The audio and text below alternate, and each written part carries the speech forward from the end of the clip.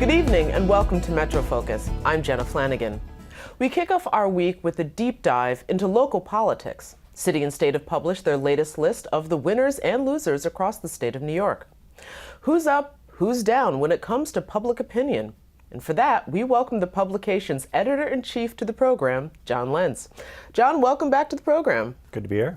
All right, so let's start with the big winners and losers. And the article makes a big point of pointing out the, I guess, reignited bromance between the mayor and the governor, or is this new, or what's going on between the two of them? Sure. Well, it's politically expedient. The two of them were at a campaign event. They made nice. They acted like they were friends. It's a real departure, though, from what we've seen for the last few years, a really sharp feud between the two. Some of that's institutional, city versus state, but it seems more personal for the two of them. Anyway, leading up to the general election, it makes sense for them, both Democrats, to be aligned. It definitely should be. Moving on to a name that a lot of us, I think, actually across the state probably aren't familiar with, and that's Nate McMurray. Sure. This is a little-known Democrat that is running against Congressman Chris Collins out in Western New York. And he's made headlines quite a bit. He was indicted on charges of insider trading. Initially, he said he's not going to run for re-election. Then he decided, you know what, look, they're having too much trouble to find someone to replace me. There would have to be a lot of kind of shenanigans to move people off the ballot, move other people on. Anyway, so he is running. He's a Republican, very much aligned with President Donald Trump in a pretty heavily Republican district.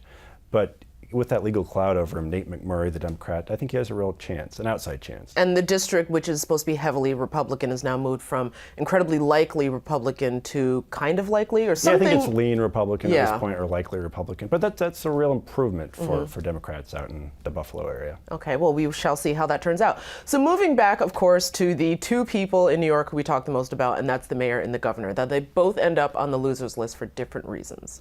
Yeah, well, let's talk about the governor. He comes off this pretty commanding victory in the primary over Cynthia Nixon. So overall, things are good for him, and yet one of these scandals from the campaign trail, he had staff that had approved a mailer criticizing Cynthia Nixon that accused her of being anti-Semitic. Became very controversial. Initially, they said, look, we had nothing to do with it, but over time, it seems like more and more people under the governor knew about it, signed off on it. Also, Joe Percoco, the governor's former right-hand man, sentenced to 6 years in prison. Does not look good for a governor, especially one who came in, said he was going to clean up dysfunction in Albany. Okay. And now, of course, why does the mayor land on the losers list? Sure, that was a little more tongue-in-cheek, but he met with, I think, the general manager of the Boston Red Sox. You know, any Yankees fan would not be happy about that. Not only that, it was a secret meeting, and they met at Goldman Sachs, so any liberal, progressive New Yorker probably doesn't like to see that.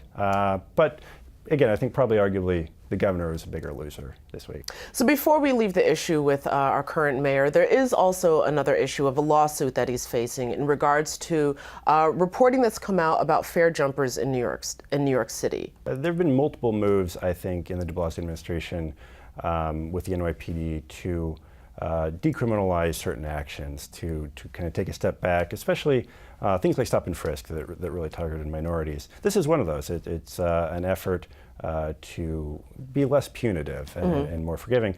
But I guess the lack of information, lack of transparency, it's a little bit surprising, but that's something we've seen a lot from the mayor.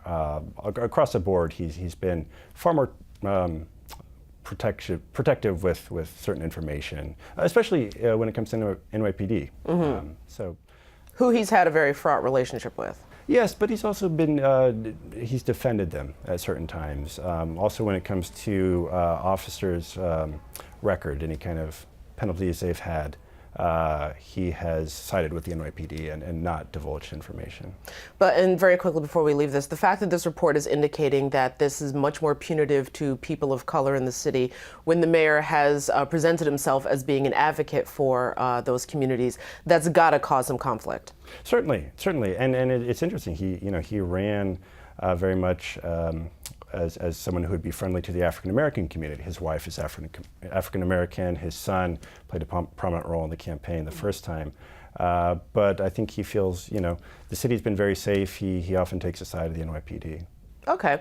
Well, speaking of New York mayors, we have another one that seems to continue to recycle back in the headlines, and that's our former mayor, Mike Bloomberg. He has indicated that he is seriously considering a run for president in 2020. We actually have a clip from him, so we're going to go to that. I care very much about this country. As you know, I've devoted my life and all my net worth to trying to make the world a better place, because I think that's the best thing I can do for my kids and my grandkids. And we'd see whether or not it's possible and how I feel, but that's down the road. Okay, so what are your thoughts on Mike Bloomberg's realistic chances? I mean, he's toyed with this before, but what are your thoughts on his chances of running? Sure, it's a hard environment for him to run in. Again, you've seen a lot of progressives having a real impact at the polls. You've seen candidates like Alexandria Ocasio-Cortez knock out Joe Crowley with this really grassroots progressive energy. For Michael Bloomberg to get through a primary as a Democrat, I think that is his best chance, but it'll be tough, again, when a lot of party members that vote in primaries are really revved up and want to see someone who's going to hit their issues. And he's been good on the environment. He's been good on other things that progressives care about, but in things like economic inequality, he's very much on the side of big banks. So this will definitely be perhaps not an issue of who can raise the most money, but who's got the most enthusiasm behind them. Right. Though his wealth is an important factor here. Mm-hmm. He could largely self-finance. He had a lot of success with that running for mayor. Also, when he came in as mayor, that freed him up as an independent operator. He brought on people who were just qualified to run his agencies as opposed to party hacks. And there's a case to be made that if he were president, he could do a good job, that he values expertise, he's very independent-minded, does what he thinks is best, even if you disagree. All right, well, we'll definitely see how Democrats nationwide react to that. But of course, thank you so much for going through the winners and losers in New York State for this week. Of course, I'm sure there'll be a whole nother set for next week, but we look forward to it. Thank you. Thank you.